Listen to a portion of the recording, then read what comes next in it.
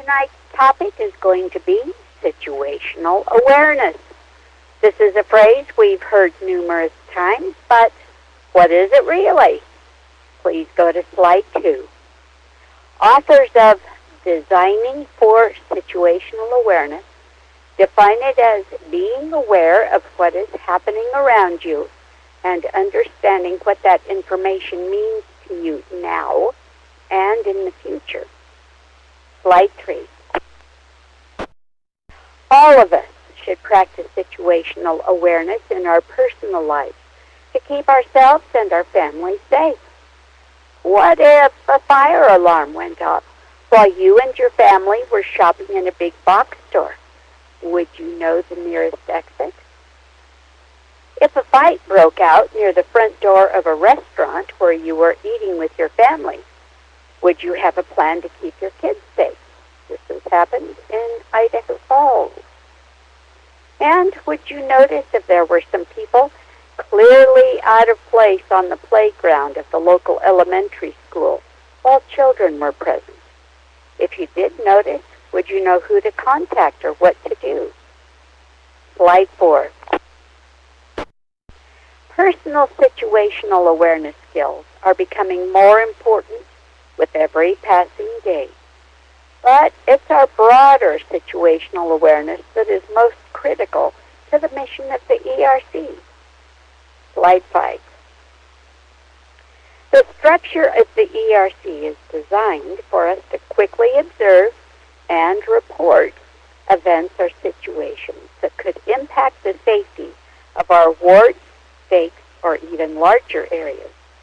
We typically do this on situational awareness nets, usually on the 146.88 repeater. Slide 6. When you consider that ERC operators are located in the upper Snake River Plain, north, south, east, and west, it becomes clear what a valuable resource we have for observing and reporting potentially harmful conditions.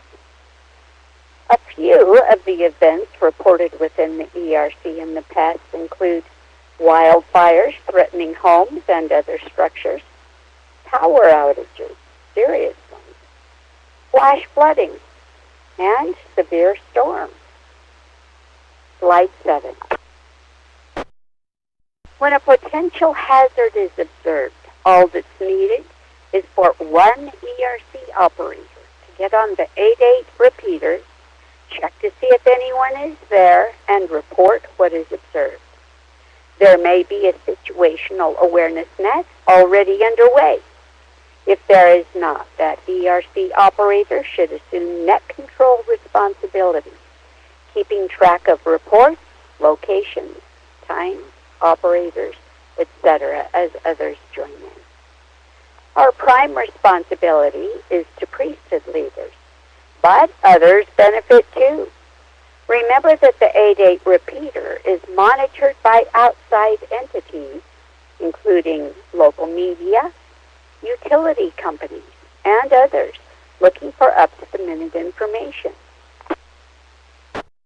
Traffic we pass needs to be emotion-free as well as accurate as our observations can make it.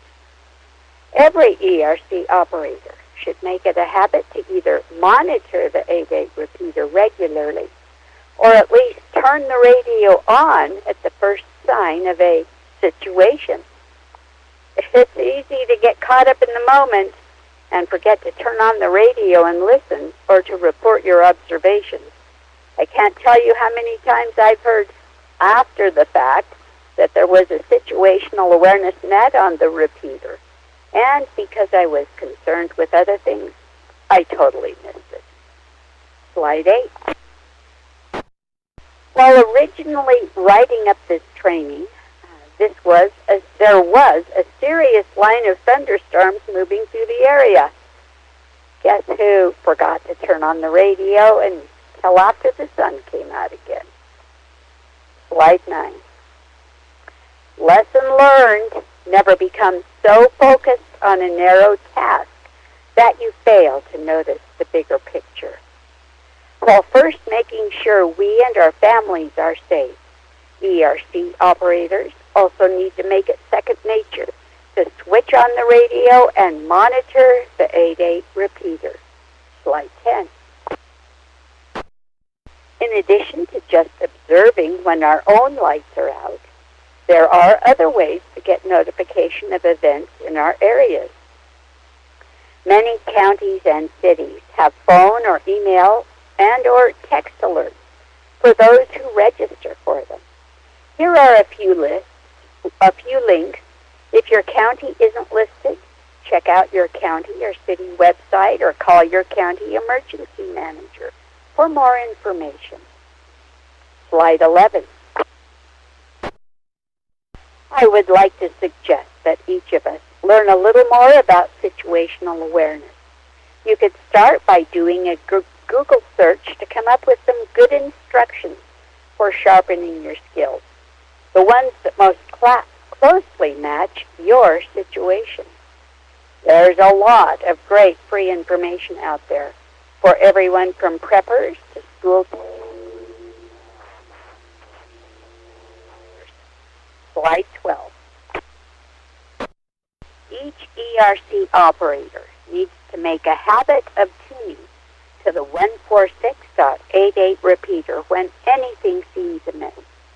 Remember, personal situational awareness can keep you and your family safe, and situationally aware ERC operators can greatly help address emergencies of all sizes in the storehouse area. Slide 13. One final thought. Some lessons can only be learned once. Situational awareness, it's that important. Are there any comments or questions for tonight's training? Comment. KC7IHB, Steve. You heard my voice.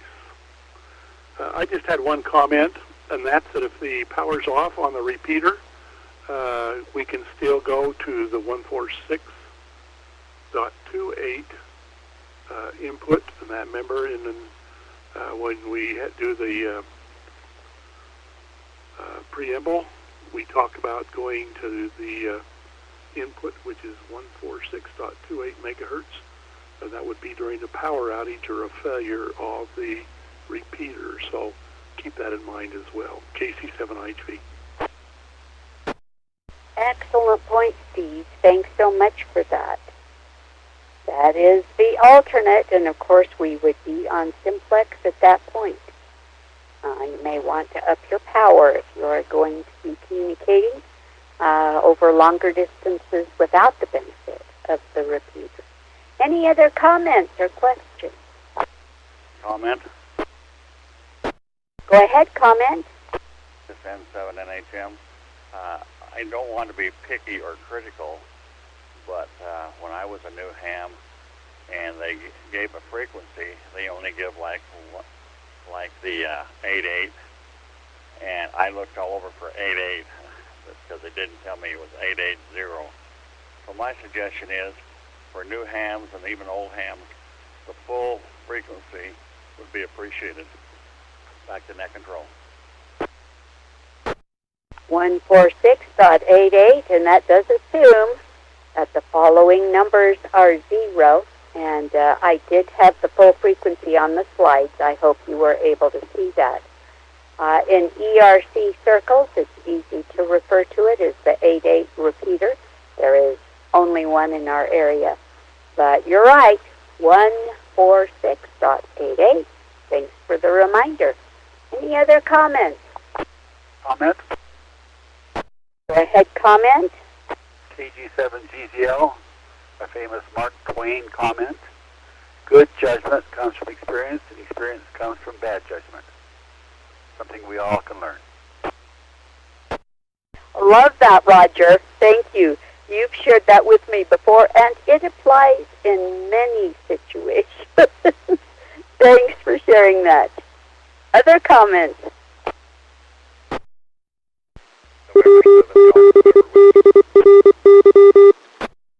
Oops, sorry, the repeater interrupted. Please go ahead with your call sign and comment. November 7 Golf, November Whiskey. Just a quick comment and a question afterwards. We were driving down to the south on Halloween night or the Halloween afternoon when that semi hit the overpass and closed both lanes of I-15 for about 7 hours. Well, it was actually 20-something hours, 23 hours or something. Is that something that's appropriate for situational awareness? I was thinking about that. Oh my gosh, Stuart, I'm so sorry that happened to you. I think that would be good to report. It certainly caused a great deal of disruption in travel, and I hope you were able to find a way off the freeway. How did that go for you? Well, they were moving traffic. It happened the night before, and so traffic was moving, but it was a nightmare. It took an hour and 45 minutes to go from, let's say, exit 119 Idaho Falls to the south exit of Blackfoot. They routed everything right through the middle of the city of Blackfoot, and there were semis as far as the eye could see, and they were all trying to turn left and merge and let people in and not. What a mess. I think that would be appropriate to throw that out there. This brings up another point, though. If you are going on a trip, it's a good idea to take a look at state road conditions and highway reports. A good point here is that we were not having a windstorm, rainstorm, snowstorm, and yet an accident and some serious damage changed the way traffic was flowing, and possibly some different decisions could be made. I'm not sure if there was a workaround for that one, but that's a personal situational awareness issue. But I think it would be a good idea to share that on the 146.880 repeater as well. Any other thoughts on that? KC7IHV. KC7IHV. That's an awesome time to provide that kind of information. It doesn't help everybody, but it does help some. And anytime you can help anybody by doing something like that, it's probably an appropriate thing to do. Anyway, awesome topic tonight, and great job, Holly. KC7IHV. Thanks, Steve. That's a good point. Wouldn't matter to everyone, but anyone who is traveling. It did cause a great deal of disruption that made pretty much all the local news, and was a big deal. So thanks for bringing that up, Stuart. Other comments? Thank you for your attention tonight and for your comments. This is KF7BRO, turning it back to K7SEE Net Control.